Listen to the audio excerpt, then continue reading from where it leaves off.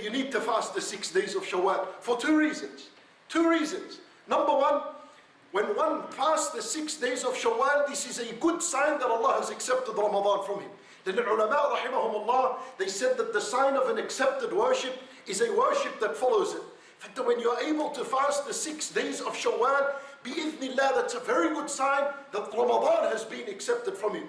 And the second reason for why we are in need to fast these 6 days of Shawaal is because the 6 days of Shawaal act like the sunnah after the obligation. And what does that mean? It means that there is no one among us here that will be able to raise his hand and say, my Ramadan was complete, my Ramadan was perfect. No one is able to do that. So what does the sunnah after the obligation do? It rectifies the obligation. It completes the obligation. It perfects it for you. And this is learned in the hadith of Rasulullah sallallahu alayhi wa sallam, in where he says that when the slave is brought before Allah subhanahu wa ta'ala on the day of judgment, Allah subhanahu wa ta'ala weighs his obligations. He begins to judge him on his obligations.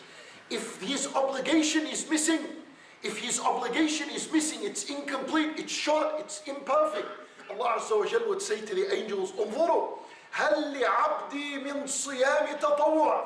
Look into his record. Does he have somewhere there some voluntary fasts he did? If he did, Allah Azza wa Jal will bring the voluntary fast, place it on top of the scale in where the obligatory fast is done, and it will complete it, and he enters the paradise. And similarly to as-salat, your obligatory prayer is placed on the scale.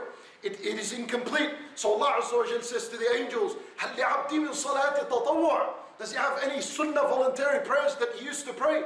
If he does, bring it, put it on the scale, and it perfects his obligation, it rectifies his obligation.